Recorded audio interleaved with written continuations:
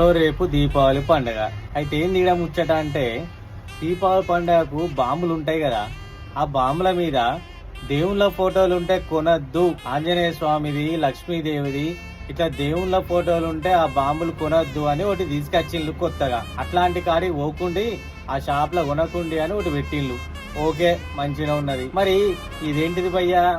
గుళ్ళ పోతారు సంసార లెక్క, అందరు గుళ్ళల్లో పోయి దేవుళ్ళకు పసుపు కుంకుమలు ఎత్తారు. మరి ఆ ప్యాకెట్ల మీద ఉన్న ఫోటోలు ఏం ఫోటోలు భయ్యా? అవి కూడా దేవుళ్ళ ఫోటోలే కదా. ఆ పసుపు కుంకుమ వేసినాక ఆ ఫోటోలన్నీ ఎడబడేస్తున్నారు. ఆ ప్యాకెట్లు ఉచ్చల్లల్లా పెంటల్లల్లా పడేస్తాను. ఎవడెవడో వచ్చి ఆ పెంట కుప్పలల్లా నానా రకాల పనులన్నీ చేస్తున్నారు. మరి ఇవి ఎవరికి మనోళ్ళకి కనబడవు. ఓన్లీ దీపావళి పండుగ కనబడే బాంబుల మీద లక్ష్మీదేవి ఫోటోలే కనబడతాయి. మీరు రోజు గుళ్ళల్లో పోండి, గుడి బయటికి వచ్చినాక పెంట కుప్పలల్లా చూడుండ్రి, ఆ కుంకుమ ప్యాకెట్ల మీద, పసుపు ప్యాకెట్ల మీద ఉండేది దేవుళ్ళ ఫోటోలు కాదా? ఇప్పుడు ఏదో పండుగ వచ్చింది అని చెప్పి లక్ష్మీదేవి ఫోటోలు ఉంటే బాంబులు కొనొద్దు, దేవుళ్ళ ఫోటోలు ఉంటే బాంబులు కొనొద్దు అని కొత్త పంచాయతీ తీసుకొస్తాను. మరి రోజేయడం భయ్యా మీ తెలివి?